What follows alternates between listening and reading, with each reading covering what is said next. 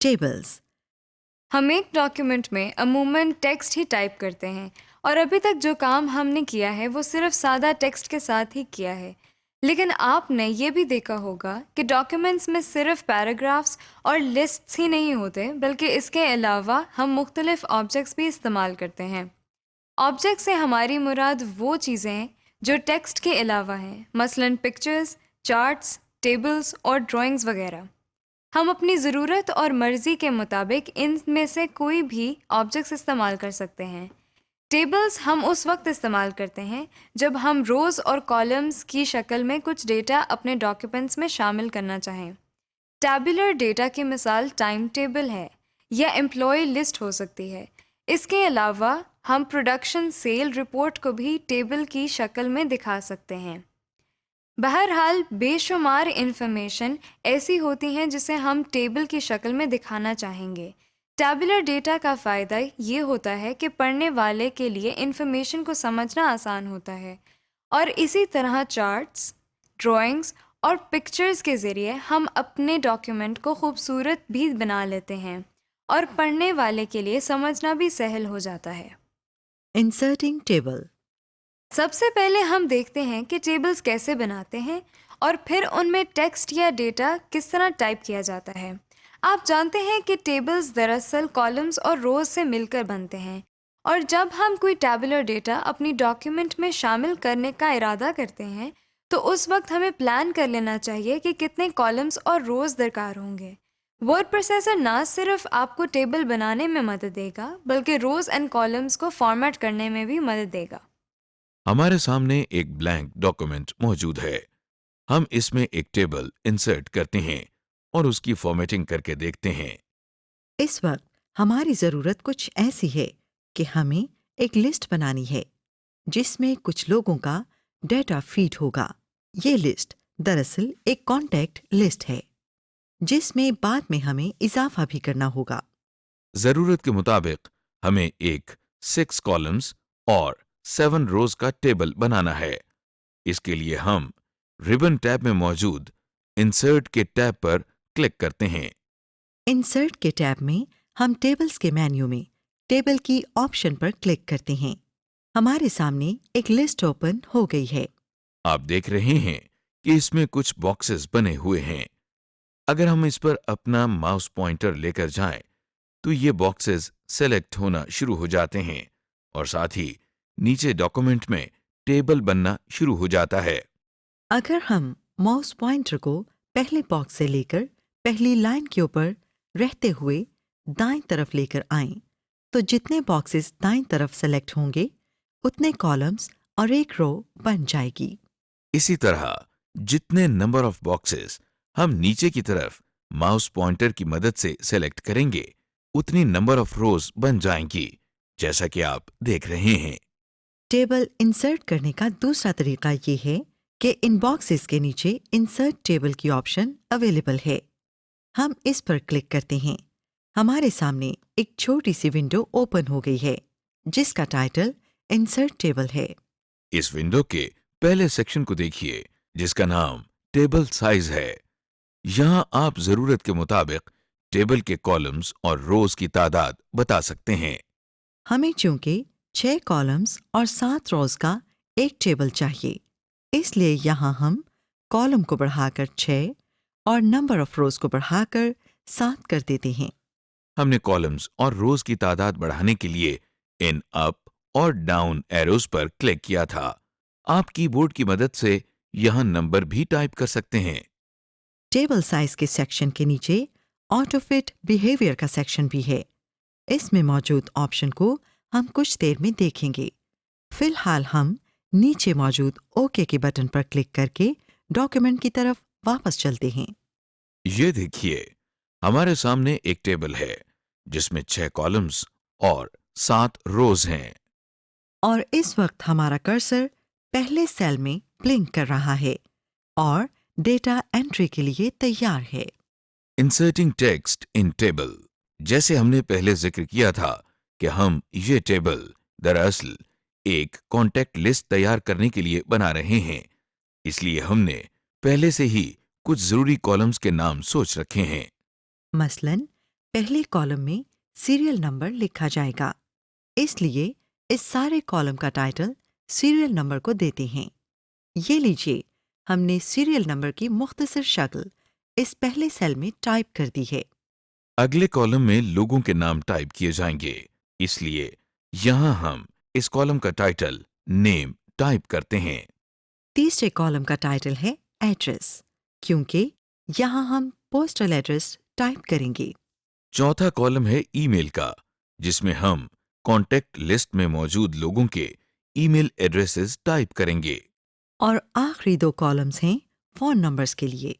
लीजिए, इस contact list में मौजूद कॉलम्स के टाइटल्स हमने टाइप कर लिए। आपने नोट किया कि हमने कितने आराम से टेबल के सेल्स में टाइपिंग की। हमारा कर्सर एक सेल से दूसरे सेल में शिफ्ट होता रहा। हमने माउस पॉइंटर भी इस्तेमाल नहीं किया। दरअसल हमने कीबोर्ड पर मौजूद राइट एरो की इस्तेमाल की। अगरचे आप माउस पॉइंटर से भी अगले सेल में क्लिक कर सकते थे, मगर एरो की से काम लिया गया, जो कि जल्दी हो जाता है। कीबोर्ड पर मौजूद एरो कीज हमें एक टेबल में किसी भी सेल तक पहुंचने में मदद देती हैं और इनका इस्तेमाल सहल भी है।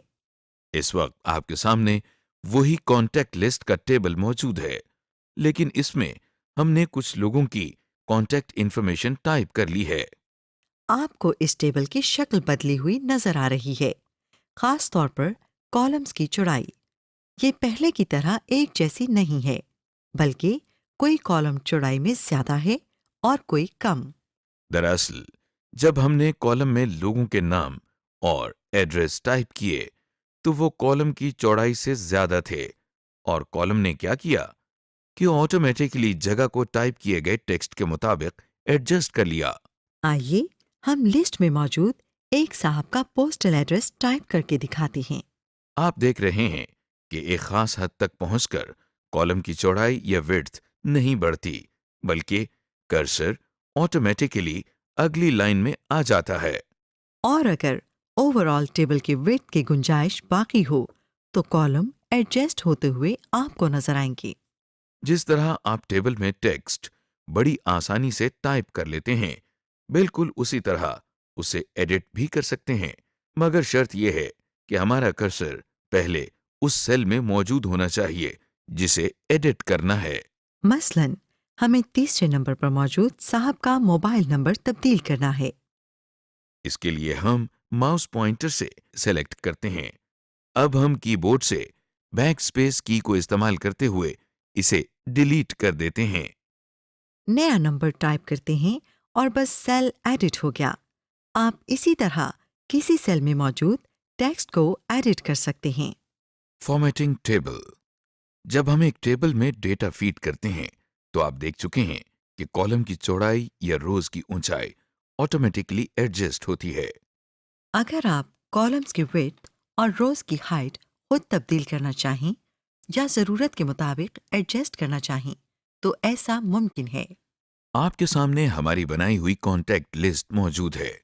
हम चाहते हैं कि नेम के कॉलम की विड्थ को बढ़ा दिया जाए। कॉलम विड्थ को एडजस्ट करने के लिए हम माउस पॉइंटर का इस्तेमाल करते हैं। हम बहुत एहतियात के साथ माउस पॉइंटर को नेम कॉलम के बाएं जानिब मौजूद लाइन पर लेकर जाते हैं। क्या आपने नोट किया कि माउस पॉइंटर की शक्ल तब्दील हो गई है? ये अब आपको डबल हेडेड एरो की शक्ल में नजर आ रहा है। इस वक्त हम लेफ्ट माउस बटन को क्लिक करते हैं और बटन को दबाए रखते हुए रिलीज नहीं करते। अब एहतियात के साथ माउस पॉइंटर को बाएं जानिब ड्रैग करते हैं। आप देख रहे हैं कि इस सीरियल नंबर के कॉलम की विड्थ कम हो रही है, लेकिन साथ ही नेम कॉलम की विड्थ में इजाफा हो रहा है। लीजिए, नेम कॉलम की विड्थ में इजाफा हो गया। आप सोच रहे होंगे कि हमने कॉलम के बाएं जानिब वाली लाइन को क्यों ड्रैग नहीं किया। क्या ये काम दाएं लाइन को ड्रैग करने से नहीं हो सकता था? क्यों नहीं, बिल्कुल हो सकता है। दरअसल बाएं जानिब ड्रैग करने से सीरियल नंबर का कॉलम चौड़ाई में कम हुआ और उसमें गुंजाइश भी थी। अगर दाएं लाइन को ड्रैग करते तो एड्रेस कॉलम की चौड़ाई कम हो जाती, जिसमें गुंजाइश नहीं है। जैसे कॉलम की विड्थ को बढ़ाया या कम किया जा सकता है, उसी तरह रोज की हाइट को भी कम या ज्यादा किया जा सकता है। इसके लिए हम मुतालिका रो की टॉप या बॉटम रो पर माउस पॉइंटर लेकर आते हैं। आप देख रहे हैं कि माउस पॉइंटर की शक्ल डबल हेडेड एरो में तब्दील हो गई है, मगर इसका रुख मुख्तलिफ है।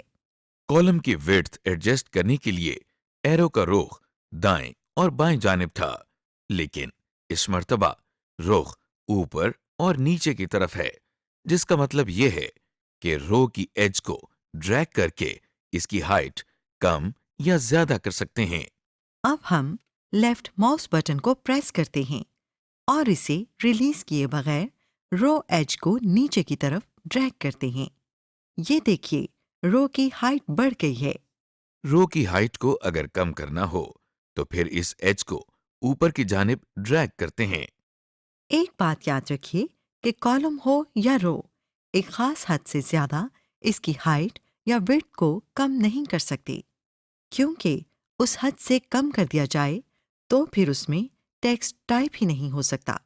वैसे तो यही रिकमेंड करते हैं कि जब आप टेबल बनाने का इरादा कर लें तो प्लान बना लें कि आपको कितने कॉलम और कितनी रोज दरकार हैं। लेकिन अगर जरूरत के तहत रोज और कॉलम में इजाफा करना हो तो ये काम भी वर्ड प्रोसेसिंग की मदद से बआसानी किया जा सकता है। सबसे पहले हम देखते हैं कि एक कॉलम का इजाफा कैसे किया जाता है। मसलन, हमने जो एक कॉन्टैक्ट लिस्ट बनाई है, इसमें हमें एक कॉलम का इजाफा करना है जिसमें इन तमाम लोगों की डेट ऑफ बर्थ लिखी जाएगी। अब फैसला करना है कि ये कॉलम्स कहाँ ऐड किए जाएं। मुनासिब तो ये है कि डेट ऑफ बर्थ का कॉलम नेम के कॉलम के बाद हो। इसलिए हम माउस पॉइंटर की मदद से पहले उस सेल में एक मर्तबा क्लिक कर लेते हैं जहां नेम लिखा है। आप देख रहे हैं कि रिबन बार में टेबल टूल्स के नीचे दो रिबन टैब्स डिजाइन और लेआउट के नाम से ऐड हो गए हैं। अब हम टेबल टूल्स में मौजूद लेआउट की टैब पर क्लिक करते हैं। हमारे सामने रिबन बार की लिस्ट ओपन हो गई है। इस रिबन बार में रोज एंड कॉलम्स के मेन्यू में आपको दो ऑप्शंस नजर आ रही हैं, इंसर्ट लेफ्ट और इंसर्ट राइट। अभी कुछ देर पहले हमने नेम कॉलम में माउस पॉइंटर से क्लिक किया था और इरादा ये था कि इसके दाएं जानिब कॉलम का इजाफा किया जाए। अब इस प्लान के मुताबिक हम इंसर्ट राइट की ऑप्शन पर क्लिक करते हैं। ये देखिए, एक एक्स्ट्रा कॉलम नेम कॉलम के बाद ऐड हो गया है। कॉलम इंसर्ट करने के बाद रो इंसर्ट करने का तरीका देखते हैं। मसलन इस वक्त हम चाहते हैं कि तीसरे और चौथे नंबर पर जो साहब हैं उनके दरमियान एक और रो ऐड करें और एक नए साहब का डेटा शामिल कर दें। इसके लिए हम जहां सीरियल नंबर 3 लिखा है वहां माउस पॉइंटर से क्लिक करते हैं ताकि कर्सर वहां आ जाए। इसके बाद हम टेबल टूल्स में मौजूद लेआउट की टैब पर क्लिक करते हैं। जो लिस्ट ओपन हो गई है, यहां पर हमें रोज एंड कॉलम्स के मेन्यू में दो ऑप्शंस नजर आ रही हैं, इंसर्ट अबव और इंसर्ट बिलो। आपको याद है, हमने सीरियल नंबर 3 वाली रो में इसलिए क्लिक किया था ताकि उसके बाद एक रो का इजाफा करें। लिहाजा इस वक्त हम इंसर्ट बिलो की ऑप्शन पर क्लिक करते हैं। ये देखिए, एक रो का इजाफा हो गया है और पहले से मौजूद रोज नीचे की तरफ पुश हो गई हैं। कॉलम की निस्बत रोज में इजाफा करना सहल है। जिस तरह हम अपनी जरूरत के लिए कॉलम और रोज इंसर्ट कर सकते हैं, उसी तरह गैर जरूरी रोज और कॉलम्स को डिलीट भी किया जा सकता है। लेकिन एक फर्क है, वो ये कि इंसर्शन के वक्त हमने एक वक्त में एक कॉलम या एक रो ही इंसर्ट की थी, मगर डिलीट करते हुए हम एक से ज्यादा रोज या एक से ज्यादा कॉलम्स को डिलीट कर देंगे। कॉलम या रोज को डिलीट करने के लिए पहले उन्हें सेलेक्ट करने का तरीका आना चाहिए। उसके बाद उन्हें डिलीट करना आसान है। सबसे पहले देखते हैं कि कॉलम को कैसे डिलीट करना है। डिलीशन से पहले कॉलम को सिलेक्ट करना पड़ता है। हम अपने माउस पॉइंटर की मदद से पूरे कॉलम को सिलेक्ट कर सकते हैं। इसके लिए हम माउस पॉइंटर को कॉलम के बिल्कुल ऊपर वाली एज के करीब लेकर आते हैं। आप लेसन एरिया में देख रहे हैं कि कॉलम के ऊपर माउस पॉइंटर की शक्ल एक इन्वर्टेड एरो की तरह है। इस वक्त अगर हम लेफ्ट माउस बटन से एक मर्तबा क्लिक करते हैं तो एक पूरा कॉलम सिलेक्ट हो जाता है। कॉलम को सिलेक्ट करने के बाद हम लेआउट टैब में मौजूद रोज एंड कॉलम्स की लिस्ट में से डिलीट के ऑप्शन पर जाते हैं। एक सब मेन्यू हमारे सामने है जिसमें से इस वक्त हमें डिलीट कॉलम्स की ऑप्शन पर क्लिक करना है। जैसे ही हमने डिलीट कॉलम्स की ऑप्शन पर क्लिक किया तो आपने देखा कि हमारा सिलेक्टेड कॉलम भी डिलीट हो गया है। इसी तरह हम एक से ज्यादा कॉलम्स को सिलेक्ट करके डिलीट कर सकते हैं। ज्यादा कॉलम्स को सिलेक्ट करने के लिए एक बार फिर हम माउस पॉइंटर को पहले कॉलम की टॉप एज के पास लेकर जाते हैं। ये देखिए, माउस पॉइंटर तब्दील होकर इन्वर्टेड एरो बन गया है। अब हम लेफ्ट माउस बटन को प्रेस करते हैं और रिलीज किए बगैर दाएं जानिब ड्रैग करते हैं। आप देख रहे हैं कि इस वक्त 3 कॉलम सिलेक्ट हो चुके हैं। अब हम दोबारा लेआउट टैब में मौजूद रोज एंड कॉलम्स की लिस्ट में डिलीट के ऑप्शन पर जाते हैं। एक सब मेन्यू हमारे सामने है। यहां से एक बार फिर डिलीट कॉलम्स की ऑप्शन पर क्लिक करते हैं क्योंकि हमें सिलेक्टेड कॉलम्स को डिलीट करना है। ये देखिए, क्लिक करते ही तीनों सिलेक्टेड कॉलम्स डिलीट हो गए हैं। कॉलम्स को डिलीट करने के बाद देखते हैं कि सिलेक्टेड रोज को कैसे डिलीट किया जाता है। कॉलम्स की तरह रोज को सिलेक्ट करना भी कोई मुश्किल काम नहीं। हम जिस रो को डिलीट करना चाहते हैं उसके लेफ्ट मार्जिन की तरफ माउस पॉइंटर लेकर जाते हैं। ये देखिए, माउस पॉइंटर का रुख तब्दील हो गया है और अब ये राइट पॉइंटिंग एरो बन गया है। इस वक्त अगर हम एक मर्तबा लेफ्ट माउस बटन से क्लिक करेंगे तो एक मुकम्मल रो सिलेक्ट हो जाएगी। ये देखिए, रोज सेलेक्ट हो गई और अगर लेफ्ट माउस बटन को रिलीज किए बगैर माउस पॉइंटर को ऊपर या नीचे ड्रैग करेंगे तो मल्टीपल रोज को सेलेक्ट कर सकेंगे, जैसा कि आप रोज को सिलेक्ट होता हुआ देख रहे हैं।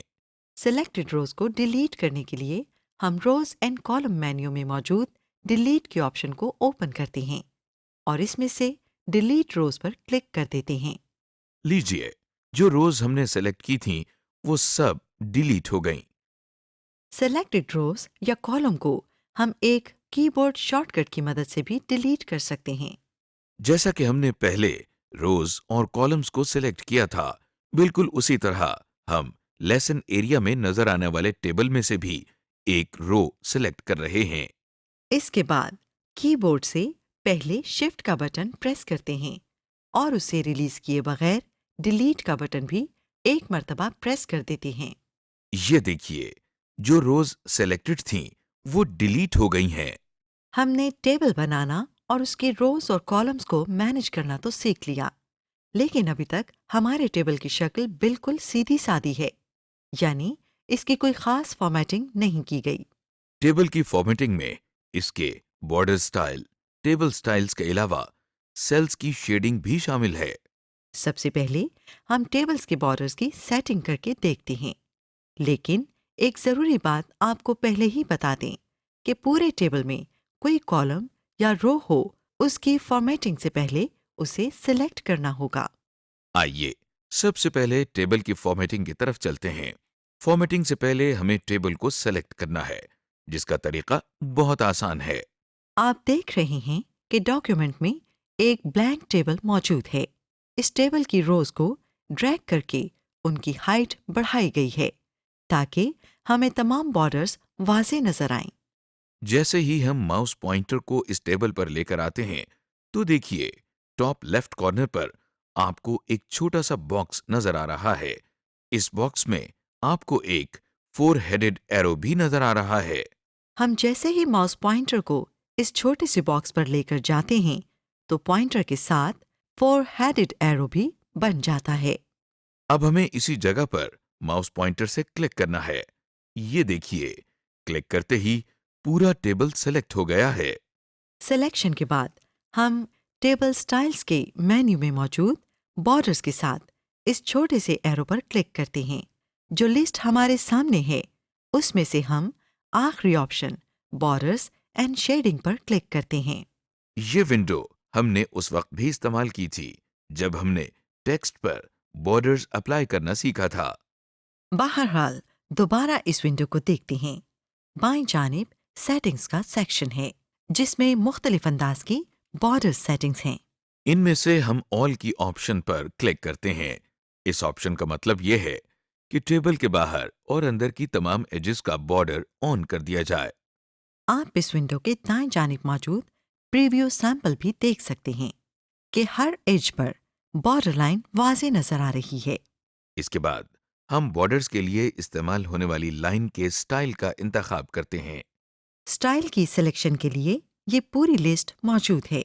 इस लिस्ट के साथ अप और डाउन एरो की मदद से हम लिस्ट में बाकी मौजूद स्टाइल्स भी देख सकते हैं। किसी भी लाइन स्टाइल को सिलेक्ट करने के लिए उस पर माउस पॉइंटर से क्लिक करना होता है।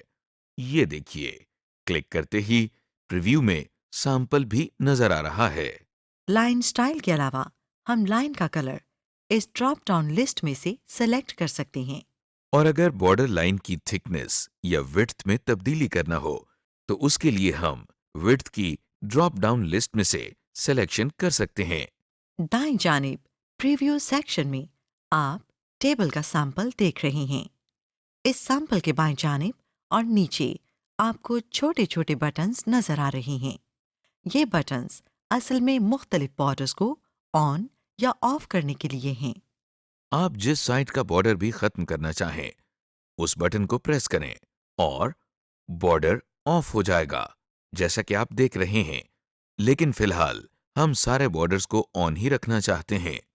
इन बेसिक सेटिंग्स के बाद हम इस विंडो के नीचे की जानिब मौजूद ओके के बटन पर लेफ्ट माउस बटन से एक मर्तबा क्लिक करते हैं। ये देखिए, टेबल्स के तमाम सेल्स और एजेस पर हमारा सेलेक्टेड बॉर्डर अप्लाई हो चुका है। अगर हम चाहें तो सिर्फ किसी एक रो या किसी एक कॉलम को भी सेलेक्ट करके बॉर्डर अप्लाई कर सकते हैं। मसलन, हम ये चाहते हैं कि जो रो इस टेबल में कॉलम हेडिंग के तौर पर इस्तेमाल होती है उसका बॉर्डर स्टाइल और सेल कलर बाकी तमाम से मुख्तलिफ हो। इसके लिए हमें सिर्फ टॉप रो को सेलेक्ट करना है। इसका तरीका हम पहले भी देख चुके हैं, यानी माउस पॉइंटर को रो के बिल्कुल लेफ्ट एज पर लेकर जाते हैं यहाँ तक कि हमें राइट पॉइंटिंग एरो नजर आए। इस वक्त हम सिंगल क्लिक से पूरी रो को सिलेक्ट कर लेते हैं। रो की सिलेक्शन के बाद हम दोबारा टेबल स्टाइल्स के मेन्यू में मौजूद बॉर्डर्स के साथ इस छोटे से एरो पर क्लिक करते हैं जो लिस्ट हमारे सामने है। इसमें से हम आखिरी ऑप्शन बॉर्डर्स एंड शेडिंग पर क्लिक करते हैं। हमारे सामने वही बॉर्डर एंड शेडिंग की विंडो ओपन हो गई है। पहले की तरह ऑल के बॉक्स को क्लिक करके सेलेक्ट करते हैं। इसके बाद लाइन स्टाइल को सेलेक्ट करते हैं। हम चूंकि सेल का कलर भी चेंज करना चाहते हैं, इसलिए हम इस विंडो में ऊपर मौजूद तीसरे टैब जिसका नाम शेडिंग है इस पर क्लिक करते हैं। शेडिंग के पैनल में बाएं जानिब आपको फिल की ऑप्शन के नीचे एक ड्रॉप डाउन लिस्ट नजर आ रही है। इस ड्रॉप डाउन लिस्ट पर क्लिक करके जो भी रंग आपको पसंद हो आप उसके बॉक्स को क्लिक कर सकते हैं। हम भी इस वक्त एक रंग को सेलेक्ट कर लेते हैं। सिलेक्शन के साथ ही दाएं जानिब यहां प्रीव्यू पैनल में सैंपल भी नजर आ रहा है। इससे हमें ये मालूम हो जाता है कि जो रंग हमने सेलेक्ट किया है वो कैसा नजर आएगा। कलर सिलेक्शन के बाद हम ओके के बटन पर क्लिक करते हैं। आप देख रहे हैं कि टेबल की टॉप रो का बैकग्राउंड कलर तब्दील हो गया है। इसका फायदा ये हुआ कि वो रो जिसमें हम कॉलम हेडिंग टाइप करेंगे वो बाकी तमाम रोज से डिफरेंट नजर आएगी। लेकिन ये तो वो रंग नहीं है जो हमने अभी पैलेट में से सेलेक्ट किया था।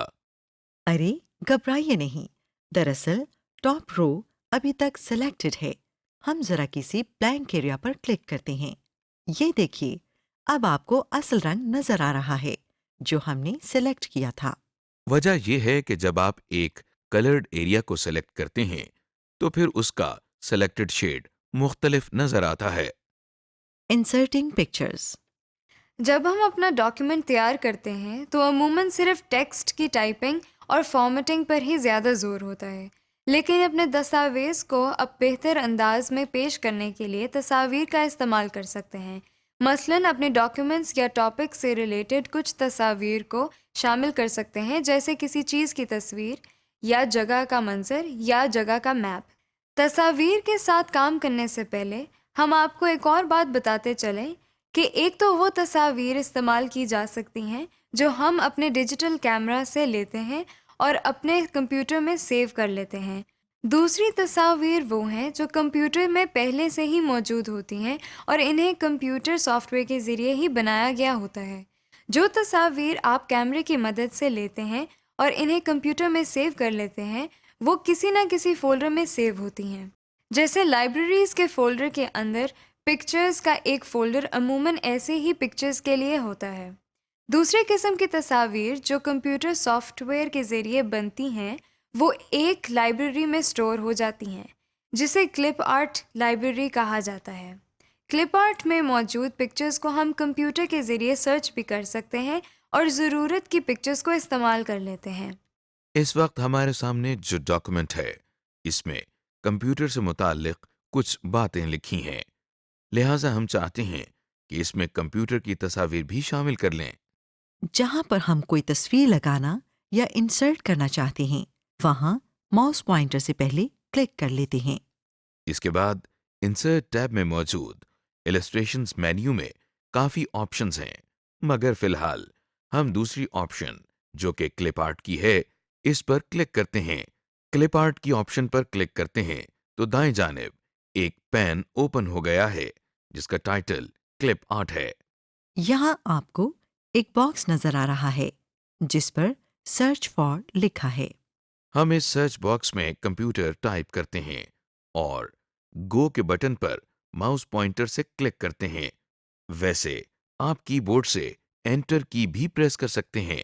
ये देखिए, जैसे ही हमने गो के बटन पर क्लिक किया तो कंप्यूटर ने क्लिप आर्ट में से कंप्यूटर से मुतालिक तस्वीर तलाश कर ली हैं और वो यहाँ नीचे उन्हें दिखा रहा है। अब चूंकि बहुत सी तस्वीर मिली हैं, इसलिए हम दाएं जाने मौजूद स्क्रॉल बार की मदद से बाकी तस्वीर को भी देख सकते हैं। अब हमें जो भी तस्वीर बेहतर लगे इस पर हम एक मर्तबा क्लिक करते हैं। ये देखिए, क्लिप आर्ट से कंप्यूटर की तस्वीर हमारे डॉक्यूमेंट में इंसर्ट हो गई है। आप देख रहे हैं कि जहां हमारा कर्सर था वहां पर ही पिक्चर इंसर्ट हो गई है, लेकिन ये पिक्चर अभी साइज में काफी बड़ी है और हमें इसे जरूरत के मुताबिक एडजस्ट करना है। इस पिक्चर के साइज और जगह की एडजस्टमेंट के लिए हमें पिक्चर टूल की टैब को इस्तेमाल करना पड़ेगा। पिक्चर टूल टैब हमें हर वक्त वर्ड प्रोसेसर की स्क्रीन पर नजर नहीं आती। जो पिक्चर हमने इंसर्ट की है, अगर माउस पॉइंटर की मदद से इसे सेलेक्ट करें तो आप देखें कि रिबन टैब के अंदर पिक्चर टूल्स के नीचे फॉर्मेट टैब भी ऐड हो गई है। सबसे पहले हमें पिक्चर की ऑप्शन को एडजस्ट करना है। आप देख रहे हैं कि जहां हमने पिक्चर इंसर्ट की थी उसके दाएं जानिब बहुत ज्यादा एम्प्टी स्पेस है। हम चाहते हैं कि ये पिक्चर इतनी ज्यादा जगह कवर न करे, बल्कि जो खाली जगह नजर आ रही है वहां भी हमारा टाइप किया हुआ टेक्स्ट आ जाए। आप देख रहे हैं कि पिक्चर के चारों जानिब आपको छोटे छोटे बॉक्सेस और सर्कल्स नजर आ रहे हैं। अगर हम इनमें से किसी भी बॉक्स पर माउस पॉइंटर ले जाते हैं तो पॉइंटर की शक्ल डबल हेडेड एरो की शक्ल में तब्दील हो जाती है। इस वक्त हम अगर लेफ्ट माउस बटन को क्लिक करके ड्रैग करें तो पिक्चर का साइज तब्दील हो जाएगा। ये देखिए, हमने तस्वीर के कॉर्नर में मौजूद एक सर्कल को पकड़कर ड्रैग किया तो तस्वीर का साइज पहले से छोटा हो गया है। अब साइज तो हमने एडजस्ट कर लिया, लेकिन जो स्पेस हमें खाली नजर आ रही है उसे अभी एडजस्ट करना बाकी है। इस स्पेस की एडजस्टमेंट के लिए फॉर्मेट टैब में दाएं जानिब अरेंज के मेन्यू में इस बटन पर क्लिक करते हैं। ये बटन दरअसल रैप टेक्स्ट का बटन है जो पिक्चर के चारों जानिब टेक्स्ट को एडजस्ट करता है। जैसे ही इस बटन पर हम क्लिक करते हैं तो एक लिस्ट ओपन हो जाती है और इसमें सबसे पहली ऑप्शन ऑलरेडी सिलेक्टेड है। पहली ऑप्शन के सामने इन लाइन विद टेक्स्ट लिखा है, जिसका मतलब है कि तस्वीर किसी भी लाइन के दरमियान इंसर्ट की जाए। इसकी शक्ल कैसी बनेगी, इसकी मिसाल आपके सामने है। इसके अलावा और ऑप्शंस भी हैं जिनमें से हम इस वक्त स्क्वायर की ऑप्शन पर क्लिक करते हैं। आप देख रहे हैं जैसे ही हमने स्क्वायर की ऑप्शन पर क्लिक किया तो जो टेक्स्ट पहले नीचे था वो शिफ्ट होकर उस जगह पर आ गया है जो पहले खाली थी। एक बात जो आपने नोट की होगी वो ये कि पिक्चर के दाएं जानिब जो टेक्स्ट आया है उसका लेफ्ट मार्जिन बिल्कुल स्ट्रेट है और किसी लाइन की तरतीब खराब नहीं। दूसरी बात यह है कि पहले जब हम पिक्चर को सिलेक्ट करते हैं तो पिक्चर के चारों जानिब छोटे छोटे वाइट बॉक्सेस और वाइट सर्कल्स बने नजर आ रहे हैं। इसके अलावा तस्वीर के बिल्कुल ऊपर लाइट ग्रीन कलर का एक सर्कल आपको इजाफी नजर आ रहा है। यह ग्रीन सर्कल दरअसल पिक्चर को रोटेट करने या इसको एक दायरे में घुमाने के काम आता है। ये देखिए, जब माउस पॉइंटर इस ग्रीन सर्कल पर आया तो पॉइंटर एक दायरे की शक्ल इख्तियार कर गया है। हमें इस वक्त लेफ्ट माउस बटन को क्लिक करना है और फिर माउस को मूव करके पिक्चर की डायरेक्शन को तब्दील करना है। ये देखिए, माउस पॉइंटर की मदद से रोटेट करने पर पिक्चर का रुख तब्दील हो गया है। इस पिक्चर को हम आउटलाइन भी लगा सकते हैं। इसके लिए फॉर्मेट टैब में मौजूद पिक्चर स्टाइल के मेन्यू को देखते हैं। पिक्चर स्टाइल के मेन्यू में हम पिक्चर बॉर्डर पर क्लिक करते हैं तो एक लिस्ट ओपन हो जाती है जिसमें सबसे पहले थीम कलर का पैलेट है। इसमें हम पिक्चर को दी जाने वाली आउटलाइन या बॉर्डर का कलर सेलेक्ट कर सकते हैं, जैसा कि यहां से हम ये कलर सेलेक्ट करते हैं। इसके अलावा पिक्चर बॉर्डर की इस लिस्ट में नीचे स्टैंडर्ड कलर दिए गए हैं। ये ऐसे कलर हैं जो ज्यादातर इस्तेमाल किए जाते हैं। स्टैंडर्ड कलर से नीचे नो आउटलाइन की ऑप्शन है। ये इसलिए है कि अगर आप अपनी तस्वीर की आउटलाइन खत्म करना चाहते हैं तो नो आउटलाइन के साथ वाले बॉक्स को क्लिक कर दें। इस तरह पिक्चर आउटलाइन खत्म हो जाएगी। पिक्चर बॉर्डर की लिस्ट में अगली ऑप्शन मोर आउटलाइन कलर्स की है। इस पर क्लिक करने से एक नई विंडो ओपन हो गई है। यहाँ से हम अपनी मर्जी के मुताबिक कलर चूज कर सकते हैं और इस एरो की मदद से उस कलर की इंटेंसिटी कम या ज्यादा भी कर सकते हैं। जो कलर हम चूज करते हैं उसका प्रीव्यू हमें इस विंडो के नीचे वाले हिस्से में नजर आता है, जैसा कि आप देख रहे हैं। कलर चूज करने के बाद हम माउस पॉइंटर की मदद से ओके पर क्लिक करते हैं। पिक्चर बॉर्डर की लिस्ट में अगली ऑप्शन वेट की है। इस पर एरो लाने से एक और लिस्ट ओपन हो जाती है। इस लिस्ट में पिक्चर को दी जाने वाली आउटलाइन की चौड़ाई दी गई है। हम यहां से 3 पॉइंट पर क्लिक करते हैं और ये देखें, हमारी तस्वीर को आउटलाइन लग गई है। पिक्चर बॉर्डर की ड्रॉप डाउन लिस्ट में आखिरी ऑप्शन डैशेस की है। इस पर एरो लाने से हमारे सामने आउटलाइन के मुख्तलिफ स्टाइल दिए गए हैं। यहाँ से हम अपनी मर्जी से किसी भी स्टाइल का इंतखाब कर सकते हैं। पिक्चर बॉर्डर के बाद अरेंज के मेन्यू में रोटेट का बटन है जो एक सिलेक्टेड पिक्चर को रोटेट या फ्लिप करता है। हमने पहले भी एक ऑप्शन इस्तेमाल की है जिसमें हमने पिक्चर के टॉप एज पर मौजूद ग्रीन सर्कल को इस्तेमाल किया था। ग्रीन सर्कल को मूव करके हम पिक्चर का कोई भी एंगल सेट कर सकते हैं, जबकि ये बटन पिक्चर को सिर्फ 90 डिग्रीज पर रोटेट कर सकता है। फॉर्मेट टैब में अगला मेन्यू साइज का है। साइज के मेन्यू में क्रॉप का बटन है।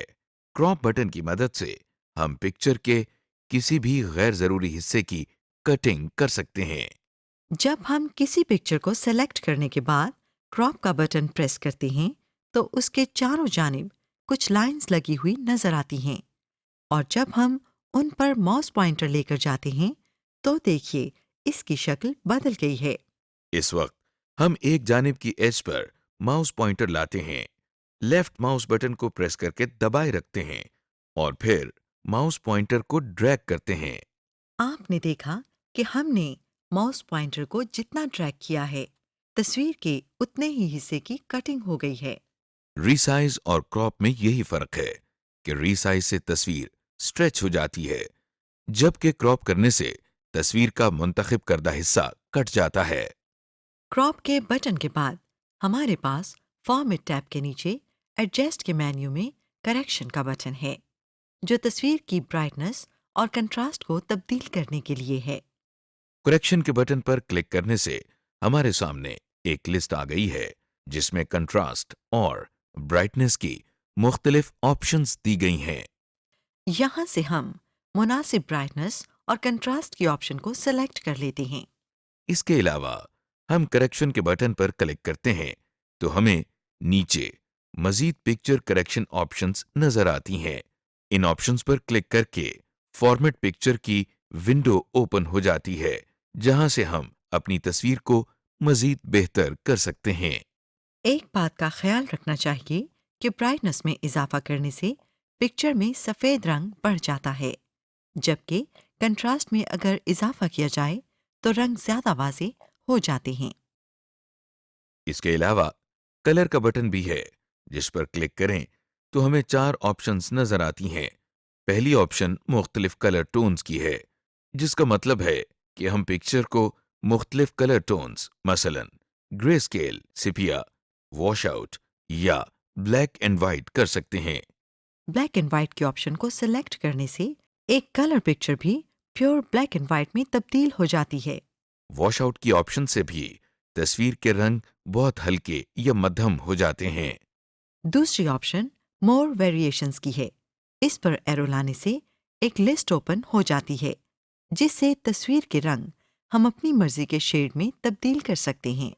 अगला बटन सेट ट्रांसपेरेंट कलर का है।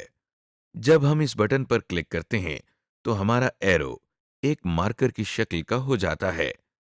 इस मार्कर की शक्ल को ले जाकर अपनी तस्वीर के जिस हिस्से पर हम क्लिक करते हैं उसके अंदर से रंग गायब हो जाते हैं और हमारी तस्वीर का वो हिस्सा ट्रांसपेरेंट हो जाता है। कलर के मेन्यू में आखिरी ऑप्शन कलर पिक्चर ऑप्शन की है। इस ऑप्शन से भी हम वही काम लेते हैं, जैसा कि मोर वेरिएशंस की ऑप्शन से अपनी मर्जी के रंग का इंतखाब किया था। समरी।